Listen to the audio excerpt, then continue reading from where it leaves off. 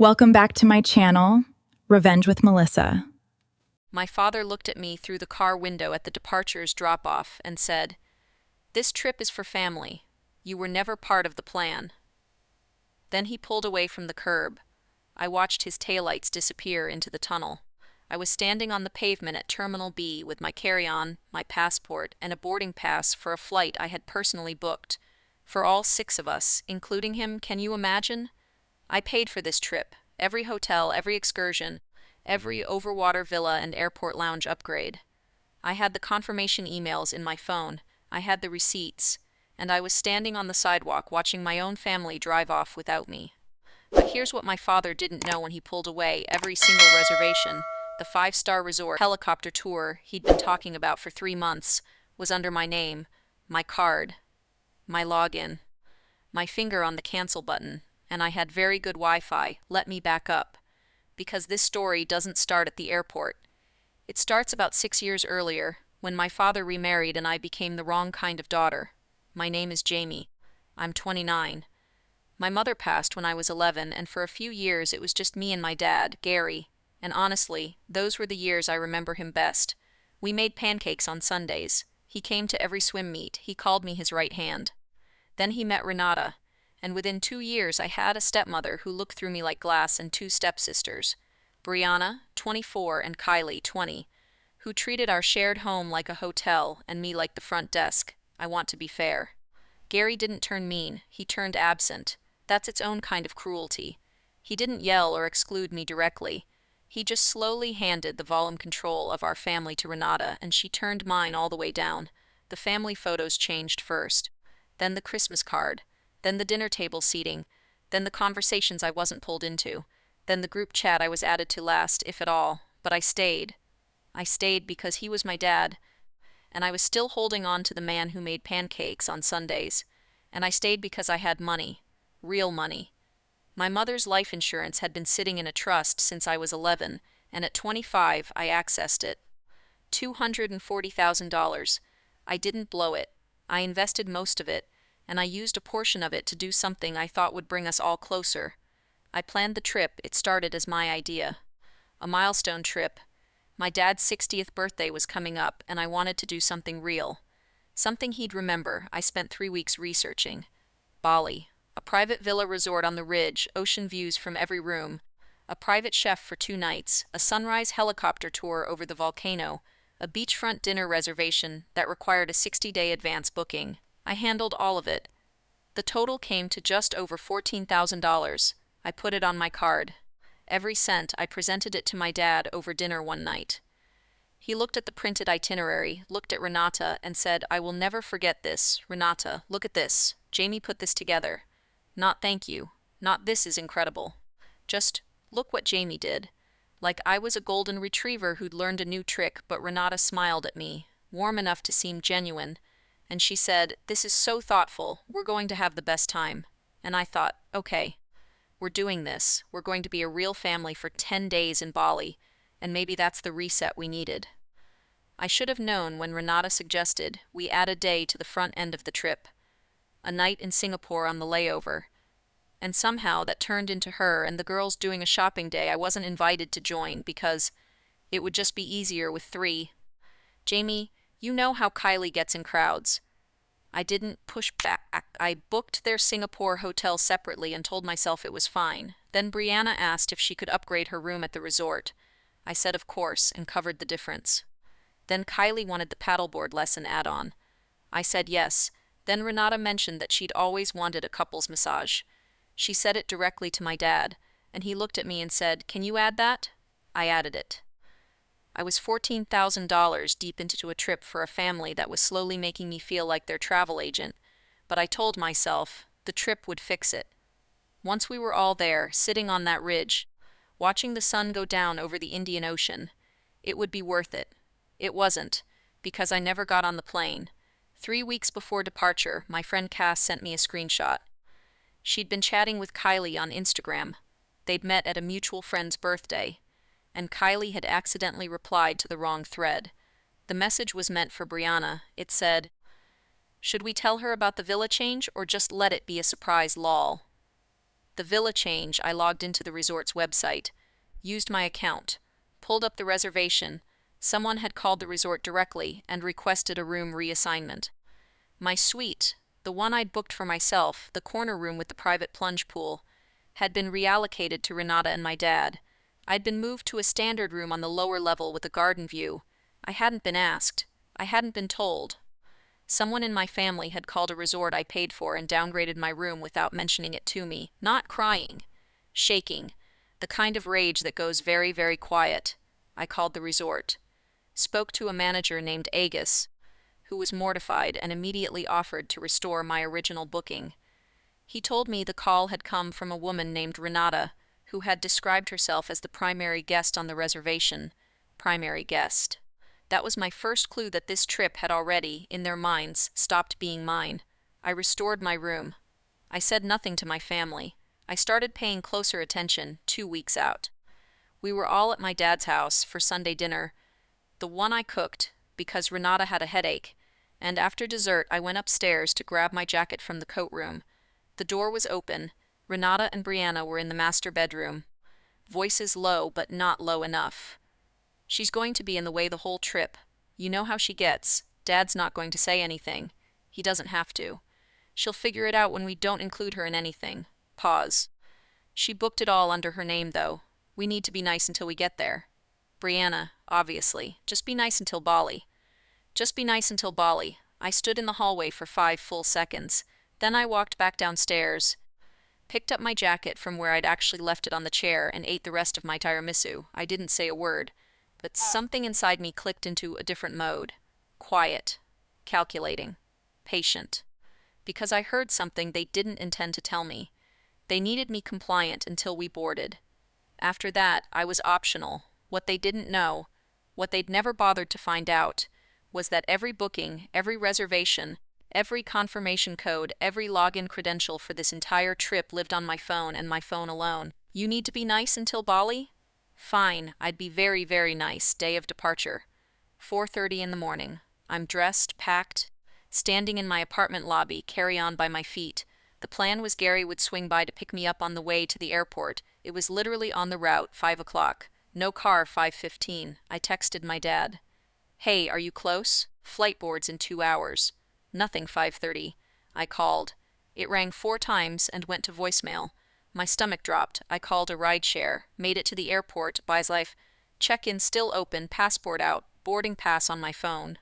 And that's when I saw them, all 5 of them, through the glass doors of the departures level. Renata, Brianna, Kylie, and my dad.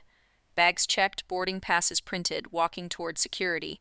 My dad looked back. He saw me. Eye contact. Clear and direct. He turned back around and kept walking. I called him again. This time he answered, Dad, I'm right here. I'm at the airport. A pause. Long enough to tell me this wasn't an accident. Then, Jamie, this trip is for family. You were never really part of the plan. I paid for the entire trip, Dad. Renata and I talked about it. This is our time. You understand. I looked through the glass. Renata was watching our exchange from 20 feet away. She wasn't pretending to look somewhere else. She was watching with the focused calm of a woman who had already won. I stood there for 3 seconds, then I said, Okay, Dad, I understand. And I hung up, not because I accepted it. Because I was already opening my email app. I found a bench near the check-in desks and sat down. Can you believe the audacity? My hands weren't shaking anymore. That had passed somewhere around the phone call. What I felt now was the cold, clear focus of someone who has just been handed all the cards and told she's not playing. Let me walk you through what was registered in my name. The resort. 5 rooms, 10 nights, booked under Jamie Ellison, paid in full on my visa. Cancellation policy. Full refund if canceled 72 hours before check-in. Check-in was in 31 hours. Non-refundable window hadn't fully closed, but I could still cancel and receive a 60% refund.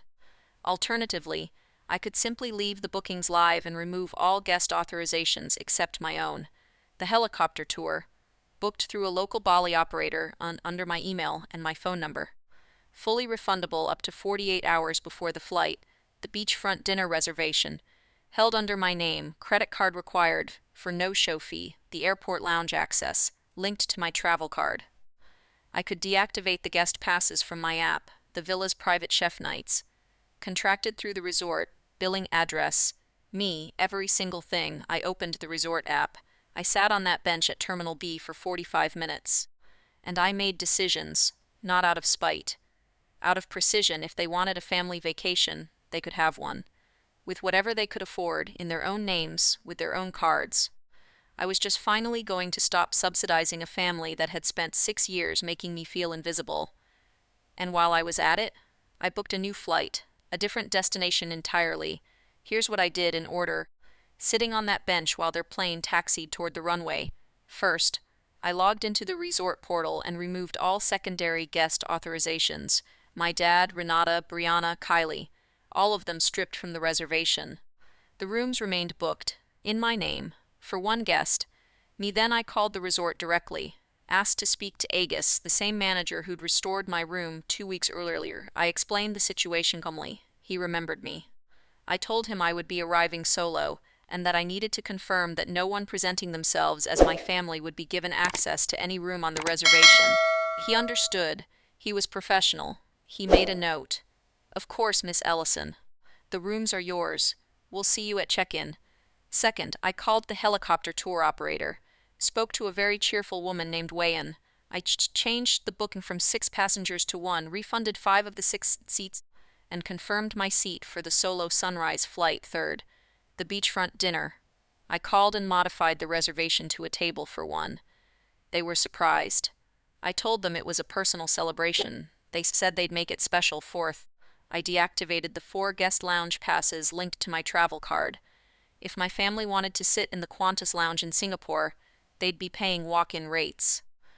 Fifth, and this is the one that still makes me exhale slowly when I think about it, I called the Singapore hotel I'd booked for their layover day, the one Renata had asked for, the one I'd paid for without being invited to join, full cancellation. I received the confirmation email at 7:42 in the morning, right as their flight was reaching cruising altitude. Then I bought myself a coffee, called my best friend Cass, and said, "Book the week off. We're going to Bali." Cass was on a flight out of a different city by that evening. We met in Singapore, not at the hotel my family was expecting to stay in, because that no longer existed, and flew into Denpasar together the next morning. The resort was everything I'd planned it to be, the corner suite with the private plunge pool, the one Renata had quietly reassigned to herself, had my name on the door. I opened the shutters and stood on the deck and looked at the Indian Ocean and thought, I chose every single piece of this. The sunrise helicopter flight was just me and the pilot and 30 minutes of volcano and jungle and light that I will never forget as long as I live. The beachfront dinner. Table for 1, then 2 when Cass arrived. The staff brought a small cake. Celebration, they said on the card. Yes, exactly. Meanwhile, I found out later, through Cass's Instagram intel and one very uncomfortable phone call from my Aunt Donna, my family had landed in Bali and arrived at the resort to find their reservations void. Not cancelled. Void. Because they were never in their names to begin with. My dad called the resort in a panic. The front desk confirmed that the reservation belonged to one Ms. Jamie Ellison, who was already a checked-in guest and had left instructions. He called me. I let it ring. He called again. I was eating a mango on my deck. I let it ring. The third call, I answered. I kept my voice level, professional, calm as a project review. Jamie, what did you do? I updated the reservations, Dad. You canceled our rooms. Your rooms were never booked in your name. They were booked in mine. I simply chose not to extend my hospitality. Where are we supposed to stay? I'm sure there are other properties on the island. You're resourceful, Jamie. You told me this trip was for family. I'm here with someone who actually treats me like family. I hope you find somewhere comfortable. Goodbye, Dad. I hung up. Cass looked at me over her iced coffee. How do you feel? I thought about it honestly. Clear, I said. They found a hotel. 40 minutes from the resort, 3 stars, no ocean view. I know because Brianna, apparently furious enough to lose all judgment, posted about it on her story with a long caption about betrayal and family drama that she deleted 6 hours later. The helicopter tour happened without them. The dinner happened without them. Every experience I had meticulously planned for 6 people happened, for 2, and it was better than anything I'd imagined. When I got home, My father called 7 times in 4 days. On the fifth day, I answered. His voice was different, smaller. Not the voice of a man who'd just had a bad vacation, the voice of a man who'd done the math and didn't like what he'd come up with. I didn't handle that right, he said. Renata and we talked. We know we were wrong. I know you know, I said. I'm not interested in the apology right now, Dad. I'm interested in what changes. What do you mean? I mean, you have a choice. You can keep letting Renata run the thermostat on where I stand in this family. Or you can be my father, but I am not going to keep funding a version of this family that doesn't include me. That's done. He was quiet for a long time. I hear you, he said finally. Good. We are, slowly, carefully, in the early stages of something that might become a real relationship. He's initiated 3 dinners, just the 2 of us. He's called on my birthday for the first time in 4 years without being prompted. Small things, real things. Renata and I don't speak. That's fine. Some dynamics don't need repair. They just need distance. Brianna posted a photo of herself at a resort pool 2 months later with the caption, "Real family knows how to find their own way." I liked the post, because she's right. Real family does the irony. After I stopped paying for their comfort, I found out just how much of that family had been purchased, without my money smoothing over every friction point. The upgrades, the extras, the covered costs, they had nothing to hold them together.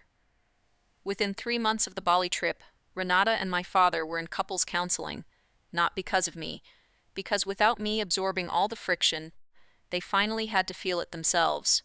I don't take credit for that. I just stopped being the shock absorber, and as for the trip, I have a photo on my desk from that helicopter. Jungle below, volcano in the distance. The whole island spread out underneath me like a map of everything I had built and almost let them take. I'm the only one in the frame, and I'm grinning. Here's what I want you to take from this, if you've watched this far. There is a specific kind of person in families like mine. The organizer, the fixer. The one who books the flights and covers the difference, and carries the logistics, and smooths the friction, and shows up early, and stays late and still gets left at the curb. If that's you, I see you. And I want to ask you the question nobody asks the fixer. What are you getting in return? Not money. Not even gratitude necessarily. But presence, reciprocity. The feeling of being in the frame, not cropped out of it. I sat on a bench at Terminal B at 6 in the morning and I finally asked myself that question. The answer was nothing, so I stopped. I didn't torch the relationship. I didn't scream or make scenes or send long texts at midnight. I simply withdrew my support, precisely and completely, and let them feel the exact weight of what I had been carrying. And then I went to Bali, because I had planned a beautiful trip, and I deserved to be on it. If you've ever been the fixer in your family, the one who organizes everything and gets treated like a background character, drop an F in the comments. I want to know I'm not the only one. And if this story reminded you of someone in your life who needs to hear it, share it with them. The reservation is under your name. Start acting like it.